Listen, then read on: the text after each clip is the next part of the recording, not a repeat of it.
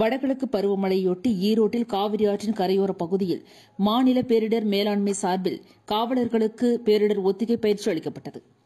வடகிழக்கு பருவமழையொட்டி மாநில பேரிடர் மேலாண்மை துறையின் சார்பில் தமிழகம் முழுவதும் பேரிடர் மீட்பு ஒத்திகை பயிற்சி மேற்கொள்ளப்பட்டு வருகிறது.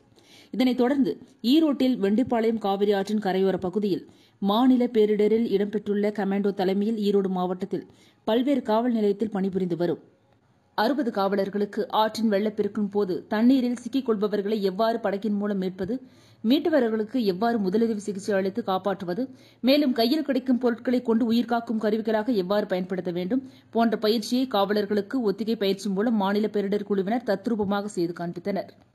இதுபோன்று இயற்கை பேரிடர் போதும் மாநில பேரிடர் குழு வருவதற்கு முன்பாக போலீசார் மேற்கொள்ள வேண்டிய முன்னெச்சரிக்கை நடவடிக்கை என்னவென்று பேரிடர் குழுவினர் அறிவுறுத்தினர். இந்த ஆண்டு முதல் முறையாக மாநில பேரிடர் குழுவின் மூலம் காவலர்களுக்கு 3 நாட்கள் பேரிடர் ஒத்திகை பயிற்சி அளிக்கப்பட்டது.